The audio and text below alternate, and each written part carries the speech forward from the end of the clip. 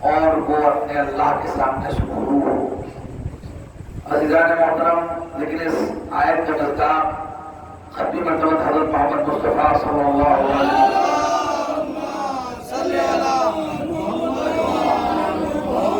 کی حیات طیبہ ہے، لیکن اس کے علاوہ مولا کائنات علی نبی طالب علیہ السلام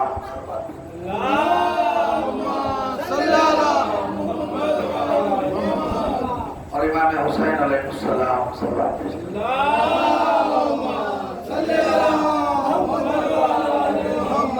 کی حیات طیبہ اور یا دیگر جتنے بھی معصومین ہیں ان کی حیات طیبہ، جتنے بھی عنصر ہیں، جتنے بھی کردار کے پہلو ہیں، وہ اس آیت کو اپنی طرف متوجہ کرتے ہیں۔ عزیزان محترم،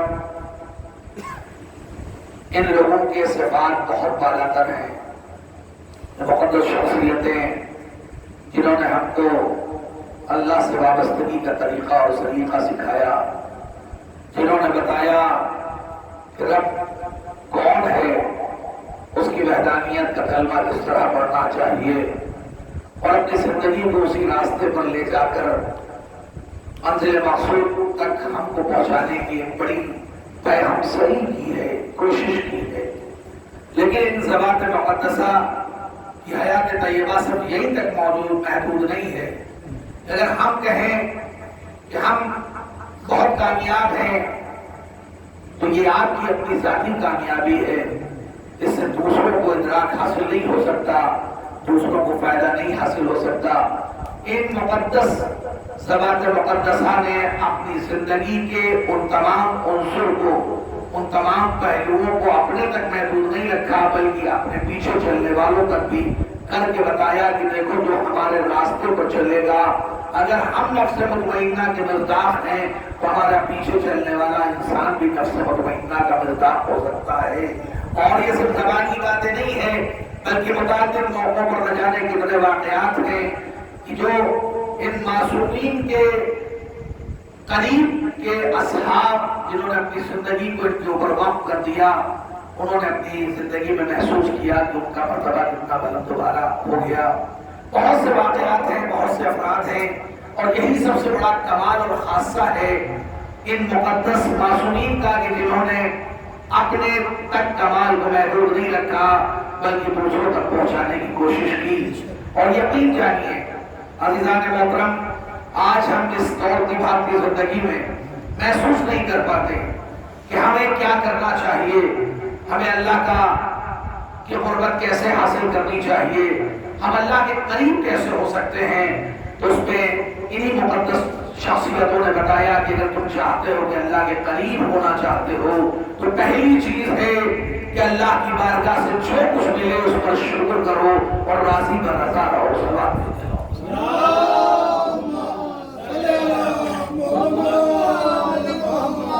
کیونکہ جب اللہ کسی بندے کو کچھ دیتا ہے اور اگر اس نے رزق کا وعدہ کیا ہے تو جب رزق پہنچے تو پروردگار کی جانب سر کو اٹھا کر ہاتھوں کو بلند کر کے شکر کے سجدے کرنے چاہیے۔ لیکن اگر یہ ہمارا سجدہ نہیں ہم سے ہو پاتا تو ہمیں کوئی حق نہیں کہ ہم اپنے آپ کو اللہ کے قریب محسوس کریں۔ اور یہی وجہ ہے کہ جن لوگوں نے تاریخ کے اوراق میں ایسے مناظر ملتے ہیں کہ جن لوگوں نے اللہ کے سامنے اپنے سر کو جھکایا وہ کامیابی کی منزلوں سے ہمکنار ہوئے۔ جناب متع ہیں، نبی کے والد ہیں، لیکن خود مبعوث رسالت نہیں ہیں، لیکن ان کا کیا طریقہ کار ہے؟ ان کا طریقہ کار ہے، ان کی عظمتوں میں اضافہ کیوں ہوا؟ کیونکہ ان کا ایک زندگی کا شغل ہے کہ وہ ہر لمحے پروردگار کا شکر ادا کرتے ہیں، ہر لمحے پروردگار کی توصیف کو بیان کرتے ہیں۔ یہی وجہ ہے کہ جناب متع سے ملنے ایک پیغمبر آئے اور آنے کے بعد انہوں نے اپنا تعارف نہیں کرایا بلکہ یہ کہا کہ میں ایک مہمان ہوں اور آپ کے یہاں مہمان ہونا چاہتا ہوں، میں باہر سے آیا ہوں۔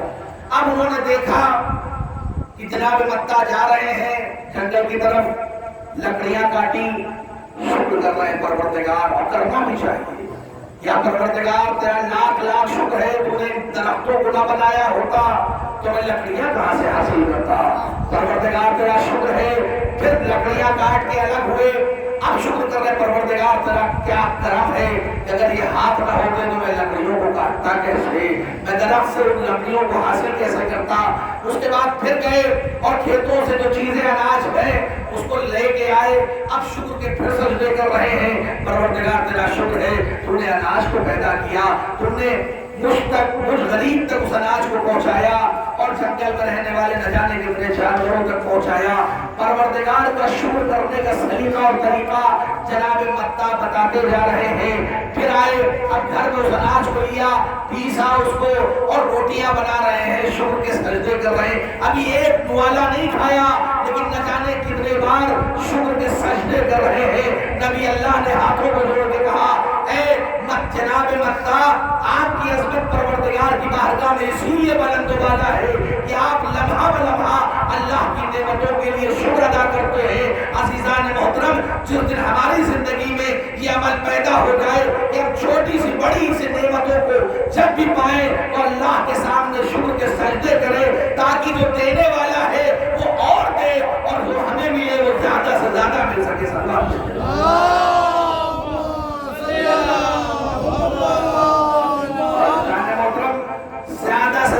اللہ کی بارگاہ میں سر تسلیم خم کرنا چاہیے۔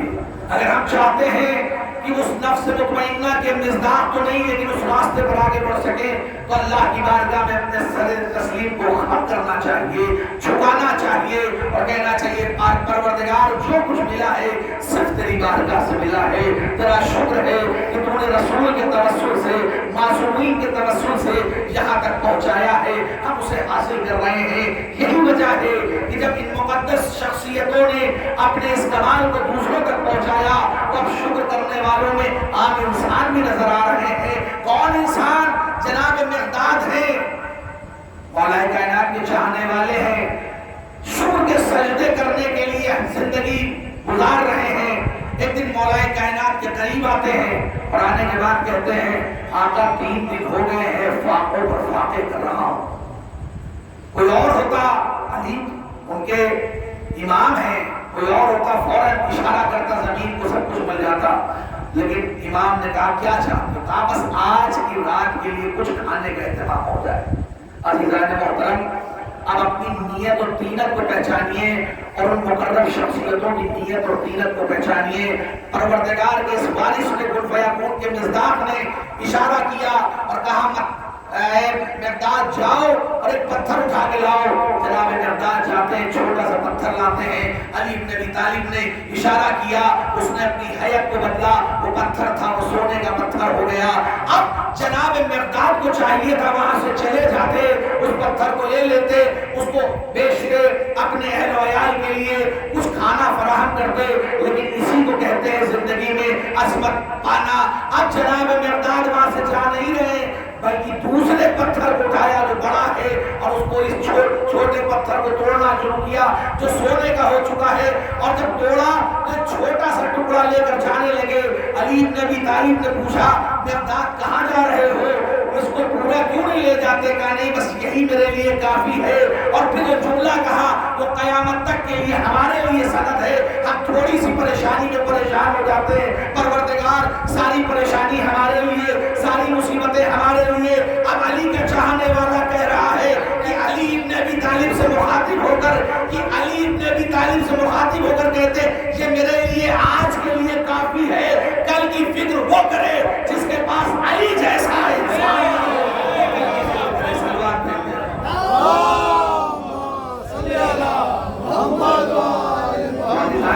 ہمیں اپنی زندگی کی اس روش، اس طریقے کو محسوس کرنا ہے کہ ہمارے اوپر مصیبتوں کے پہاڑ توڑے جائیں تو یہ پروردگار کا امتحان ہے، ہم اسے سمجھ نہیں پاتے لیکن تہمتیں لگانے لگتے پروردگار ساری مصیبتیں ہمارے لیے۔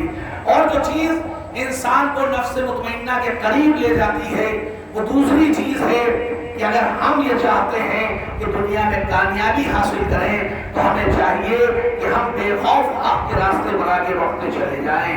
یہ آسان نہیں ہوتا کیونکہ ہر انسان ڈرتا ہے اپنی زندگی کے لیے، پتہ نہیں زندگی میں موت نہ جلدی آ جائے، لیکن عزیزان محترم جو روش کے ساتھ حق کے راستے پر چلتا ہے وہی کامیاب نظر آتا ہے۔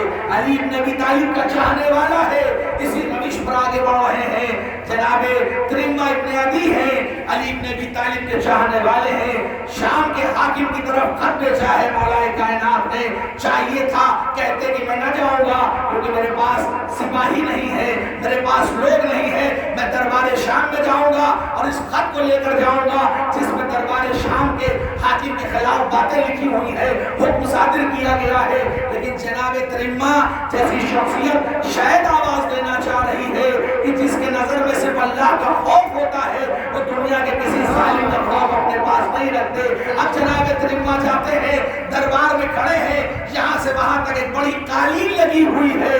اب درباریوں سے دربار سجا ہے, ظالم کا دربار ہے, ڈر نہیں رہے ہیں, خوف کا احساس نہیں کر رہے, بلکہ ایک بار اپنی جوتیوں کو اٹھایا اور اس قالین پر نہ جا کے اس کو اپنے جیب میں رکھنا شروع کیا.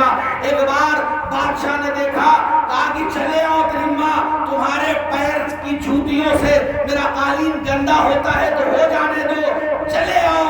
لیکن اب علی کا چاہنے والا ہے, قیامت تک کے لیے ظالم کو جواب دیا. کریمہ ابن عدی کہتے ہیں میں تیری قالین کے گندے ہونے کی فکر نہیں کر رہا ہوں, تیرے ظالم دربار میں اپنی جوتیوں کے گندے ہونے کی فکر کر رہا ہوں.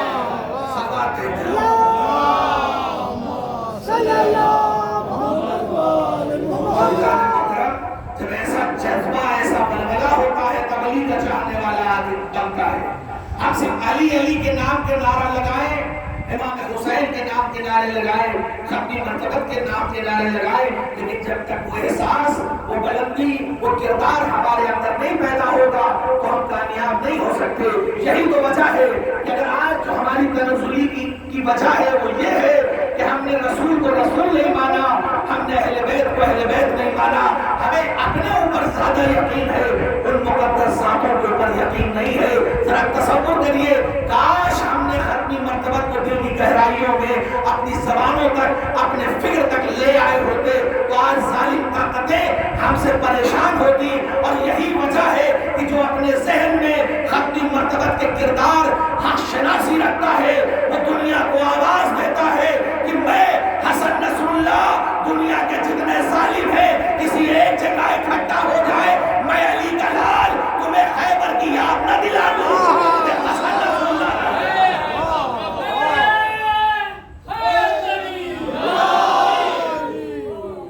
عزیزان محترم زبان سے نہیں بلکہ عمل سے اپنی زندگی کو گزارتا ہے, تب ہم کامیابی کی منزلوں سے ہمکنار ہو سکتے ہیں. ہماری زندگی کا لمحہ اور لمحہ صرف اس طرح سے گزرنا چاہیے کہ ہم رسول اور اولاد رسول کے بتائے ہوئے راستے پر اپنی زندگی. عزیزان محترم یہ آسان نہیں ہے, بڑی زحمتیں ہیں, بڑی صحبتیں ہیں, بڑی مصیبتیں ہیں, لیکن کاش ہم اس راستے پر چل کر تو دیکھیں. آج ہماری جو پریشانی ہے وہ اس وجہ سے ہے کہ ہم نے ان مقدس ہستیوں کی حدیثوں پر اپنی زندگی میں نہیں اتارا. اور ہم ایک تیسری بات, اور انشاءاللہ رحمتوں کو تمام کر دینا چاہتا ہوں, اگر ہم چاہتے ہیں کہ نفس مطمئنہ کے قریب ہو سکے, اپنے نفس کو سیٹسفائیڈ کر سکے, پروردگار کے سامنے کہہ سکے پروردگار میں اب آپ کا بندہ ہوں اور آپ مجھ سے راضی ہو جائیں, یہ کہنا اسی کے کو حاصل ہے کہ جو اللہ کے راستے پر چل رہا ہے. اور اس کے لیے ایک عظیم چیز ہے, انشاءاللہ آگے کے مراحل کو طے کروں گا, ایک عظیم چیز ہے جسے اگر انسان چاہے تو وہ کامیاب ہو سکتا ہے, دوسروں کو معاف کرنا.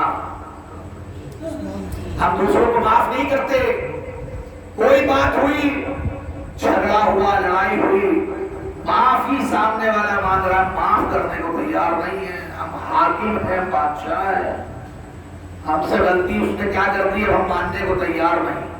لیکن جب انسان کا کردار بلند ہوتا ہے تو اس کا رتبہ بھی بلند ہو جاتا ہے. جناب مالک اشکر ہیں, کون ہیں؟ ایک اسلامی حکومت, اسلامی اسٹیٹ کے بڑے سپہ سالار ہیں. جیسے آج کی لینگویج میں کہا جائے کہ ڈی جی پی اپنے اسٹیٹ کا ہو, اس کی کیا حیثیت ہوگی, اسی حیثیت پر مالک اشکر ہے. جا رہے ہیں, ایک قصاب پہچانتا نہیں, قصائی کی دکان ہے, وہ قصاب بیٹھا ہوا ہے, اس کو ان کے بارے میں نہیں پتا, لیکن اس نے ایک ہڈی کا ٹکڑا اٹھایا اور جناب مالک اشکر کے اوپر مار دیا. اب جب مالک اشکر نے گھوم کے دیکھا دیکھا اس نے ایسے ہی سہون کیا ہے مذاق کے طور پر، آگے بڑھ گئے. اب دوسرے لوگ ہیں جو پہچانتے ہیں کہ یہ مالک اشتر ہے. کہا جانتے ہو کون ہے؟ کہا مالک اشتر ہے. کہا کون ہے یہ؟ کہا اتنے بڑے عہدے پر ہیں، ایسے سپہ سالار ہیں. اب ڈر رہا ہے، خوف میں ہے، معافی مانگنا چاہتا ہے. اب ڈھونڈ رہا ہے جناب مالک اشتر کو. کوئی اور ہوتا، ہم اپنے محلے کے اگر سباسد بن جاتے ہیں تو معاف نہیں کرتے. اتنا بڑا علی کا چاہنے والا اس منصب پر ہے. اب وہ انسان ڈھونڈ رہا ہے، ڈھونڈتے ڈھونڈتے کیا دیکھا؟ مالک اشتر کو کسی نے بتایا کہ مسجد میں گئے ہیں. باہر کھڑا ہو کے وہ قصاب، وہ قصائی انتظار کرنے لگا. تھوڑی دیر کے بعد دیکھا مالک اشتر آ رہے ہیں. ایک بار قدموں پہ گرا، ہم آپ کو پہچانتے نہیں تھے، مجھے معاف کر دیجئے. یہ ہے طریقہ زندگی. ایک بار کہتے ہیں نماز کا وقت نہیں ہے، میں تمہارے ہی لیے 2 رکعت نماز پڑھنے آیا تھا کہ پروردگار میں نے معاف کیا، پروردگار تو بھی مجھے اسے معاف کر دے. یہ طریقہ جب ہماری زندگی میں ہو جائے گا تو ہماری ملت میں اختلاف نہیں ہوگے، ہماری ملت میں لڑائی جھگڑا نہیں ہوگا، بلکہ ہم سب فخر سے کہہ سکیں گے کہ ہم سچے مسلمان ہیں جو رسول اللہ کے راستے پر چل رہے ہیں. سلام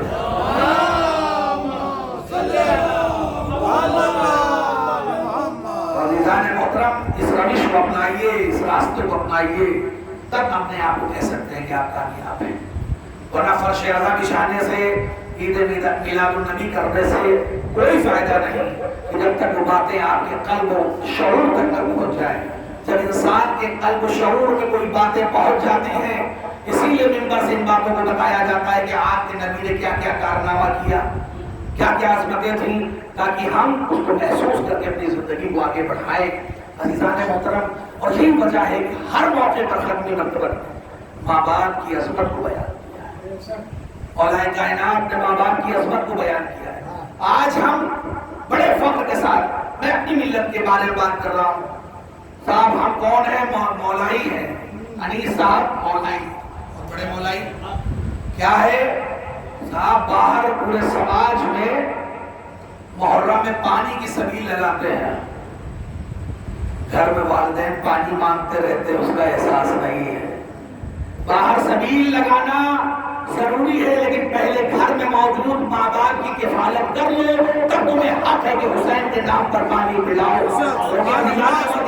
اللہ رسول یہ نہیں چاہتے کہ ماں باپ گھر میں بوڑھے ہیں، تم باہر کے لوگوں کی خیریت حاصل کر رہے ہو. لوگ کہہ رہے ہیں کہ بہت اچھا لڑکا ہے، بہت اچھا انسان ہے، دوسروں کی خیریت حاصل کرتا ہے. لیکن عزیزان محترم، اللہ کی نظر میں وہ اچھا نہیں ہے، رسول کی نظر میں وہ اچھا نہیں ہے. اچھا وہ انسان ہے تو پہلے اپنے ماں باپ کی خدمت کرے، تب جب باہر نکلے دوسروں کی خدمت کرتا ہوا نظر آئے.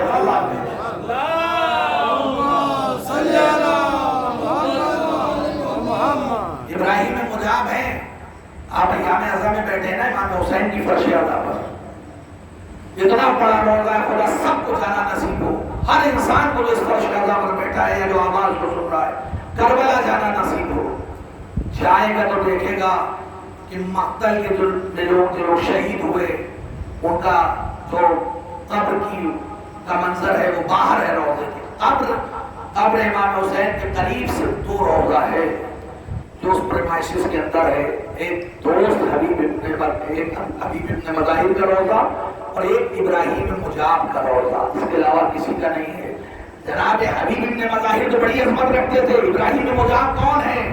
ایک عام انسان ہے، ایک کھیتی کرنے والا شخص ہے، لیکن اس کا روضہ حسین کے قریب. کیا وجہ ہے؟ اس کی عظمتوں میں کیا اضافہ ہوا ہے اس کو یہ مرتبہ ملا ہے؟ ابراہیم مجاب ایک عام انسان ہے، ان کا ایک طریقہ ہے کہ اپنے بوڑھے والدین کو امام حسین کے روضے تک اپنے کاندھوں پر لے کر جاتے ہیں. شب جمعہ جاتے ہیں اور وہاں لے کے جاتے ہیں. طریقہ یہ ہے کہ ایک شب جمعہ باپ کو تو دوسرے شب جمعہ ماں کو. اسی طریقے سے زندگی گزار رہے ہیں. روضہ امام حسین پہ جاتے ہیں، سلام کرتے ہیں. ہم بھی گئے تھے، سلام کیا، جواب نہیں ملتا. ابراہیم مجاب کو بھی جواب نہیں ملتا. اب ایک دن لوٹے اپنے والد کو، اس دن ان کا ٹرین تھا، اس کو ان کو لے کے آئے. لوٹے گھر پہ تھک چکے تھے. ماں نے کہا بیٹا ابراہیم مجاب، آج میرا دل بہت چاہ رہا ہے کہ میں امام کے روضے جاؤں. کام آپ کو تو پتا ہے کہ آج والد کو لے کے جانا تھا، میں کو لے کر آ گیا. آپ کیسے؟ کہا نہیں میرا دل چاہ رہا، پتا نہیں میں کل اگلی جمعرات تک زندہ رہوں کہ نہ رہوں. ایک بار کوئی اور بیٹا ہوتا چھڑک دیتا، منع کر دیتا، لیکن ماں باپ کی عظمت کو جو پہچانتا ہے، جو حسین والا ہے، جو علی والا ہے، وہ یہ نہیں کرتا۔ ایک بار ماں کو کاندھے پر بٹھایا، نکل پڑے حسین کے روضے کی طرف۔ ابھی بھی ہر بار آتے تھے، سلام کرتے تھے، جواب نہیں ملتا تھا۔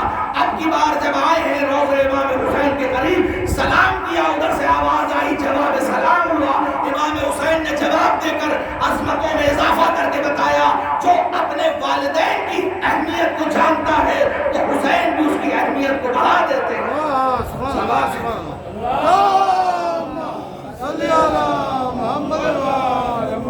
میرے عزیزوں، میرے چھوٹے بھائیوں، میرے نوجوانوں، یہ باتیں وہ ہیں جو زندگی کے راستے کو تبدیل کر دیتی ہیں۔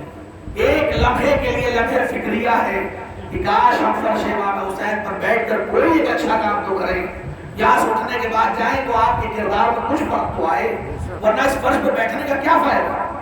ہزاروں لاکھوں کروڑوں روپے خرچ ہو تو اس سے کیا فائدہ؟ لیکن عزیزان محترم، اگر یہیں پر بیٹھ کر ایک انسان کے کردار میں کچھ فرق پڑ گیا اور وہ اپنے گھر گیا تو یہ مجلس بھی کامیاب ہے، کرنے والا بھی کامیاب ہے، اور اس کی زندگی بھی کامیاب ہے۔ یہی ہمیں سوچنا چاہیے کہ ان ایام اعزا کے 10 دنوں میں اپنے جھگڑوں کو ختم کریں، فرش اعزا پر آئیں۔ کبھی نہ سوچیں کہ ہم اس کے گھر کیسے جائیں جس سے ہمارا جھگڑا ہے، یہ مت سوچ کر آئیے، فرش اعزا پر آئیے تو یہ سوچئے کہ ہم حسین کی فرش اعزا پر جا رہے ہیں، کسی انسان کی فرش اعزا پر نہیں جا رہے ہیں۔ جس دن یہ جذبہ ہمارے اندر بڑھ جائے گا، ہم اپنے آپ کو حسینی کردار والا کہہ سکتے ہیں۔ ہم زندگی بھر لبیک یا حسین، لبیک یا حسین کہے، لیکن ضروری نہیں ہے کہ ہماری لبیک قبول ہو۔ ہونا تو یہ چاہیے کہ جب ہم لبیک یا حسین کہیں تو حسین کی آواز آئے کہ ہم نے تمہاری اس لبیک کو قبول کیا۔ جب قبول کر لے گا تب آپ کی کامیابی ہے۔ صلوات پڑھیں۔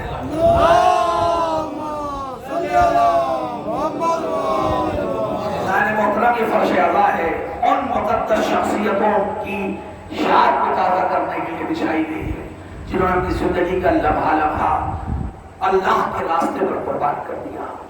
آسان نہیں ہے کسی ایک جوان کو بھی مولانا موصوف نے پڑھا، علی اکبر کے مسئلہ، ایک جوان بیٹے کی قربانی وہی جان سکتا ہے جس کا ایک بیٹا قربان ہو جائے، مر جائے۔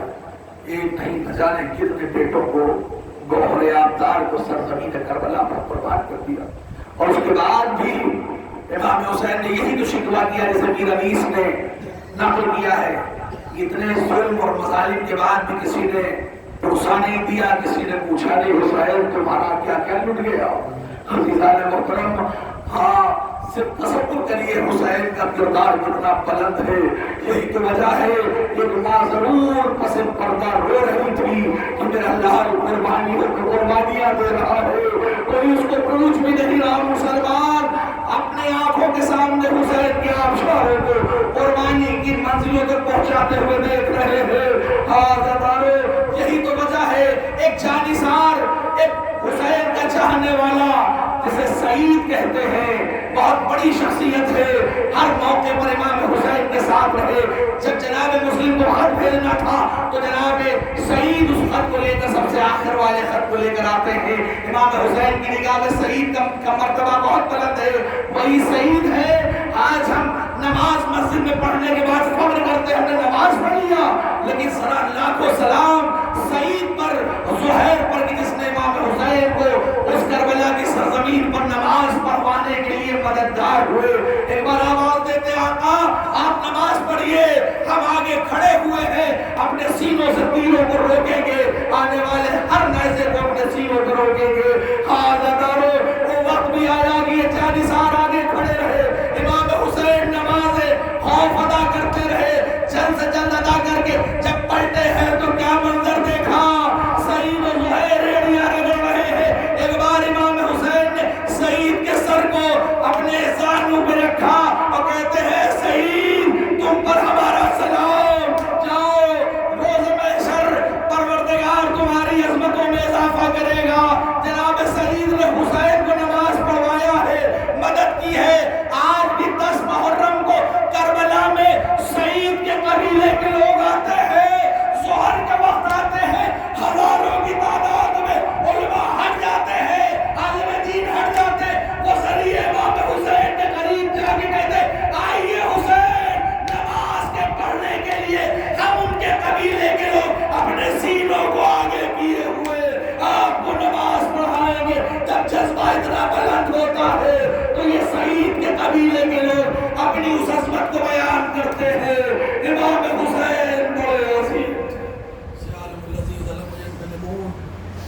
للہ و انا الیہ راجعون۔